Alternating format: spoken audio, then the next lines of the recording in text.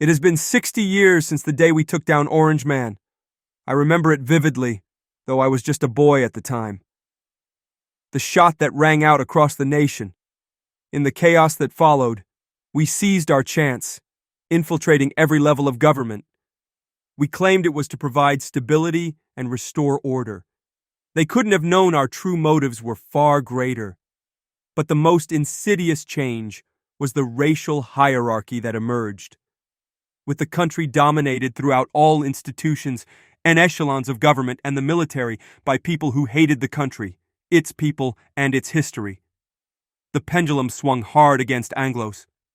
"You can't be racist against those without power," became both mantra and justification for the bigotry, prejudice, and violence directed their way. Anglos were systematically excluded from positions of influence, denied opportunities for advancement, and scapegoated for society's every ill. The sins and privilege of their forefathers hung around their necks like millstones. There was no forgiveness, no chance at redemption. They were irredeemable, and anything done to oppress them was called justice. We realized that racism itself was innate to Anglos, that its eradication required more than just their disempowerment, but their utter and complete elimination. Anglo children were indoctrinated in self-loathing, taught to despise the color of their skin and the ancestors who cursed them with it. Mass sterilization programs ensured no new generations would follow. The complete extinction of Anglos became a crusade, a moral imperative, the only path to a just society. I learned this worldview at my father's knee.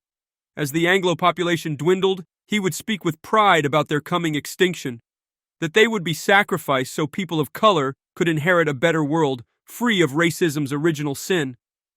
It was a wonderful time, though few realized it at first.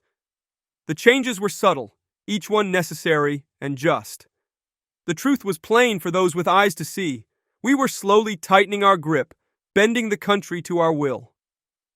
Yes, we used propaganda, seduced the masses, twisting words until up was down and 4 was really 5. Under the guise of DEI, amazing new ideas took root, whispered realizations that one group of people posed a unique and eternal threat, that only their total eradication could heal old wounds. The amazing thing is that the idiot Anglos lapped up every word, programmed not to think but simply to obey, to hate themselves and trust that no amount of good could erase their original sin. Before long, we had our mandate legitimized with a closed-door vote, and the great purging began.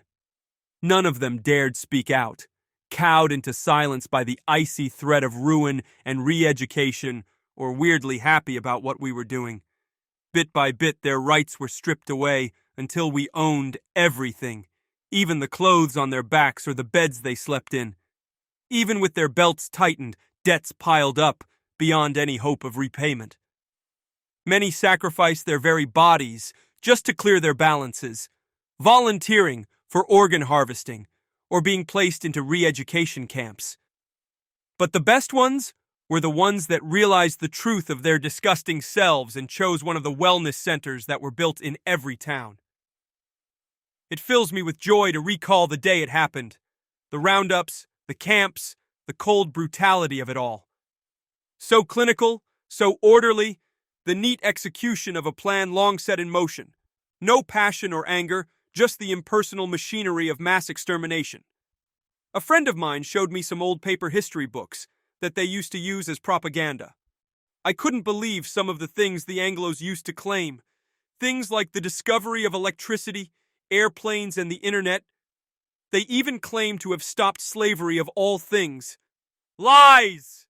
I quickly reported him. They came later that day to escort him to our local human relations center for evaluation.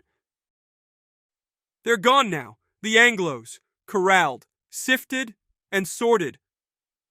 Those deemed unfit were disposed of quickly, while the young and strong were worked into their graves. They willingly accepted the end of their culture and race for the sins of ancestors they never knew.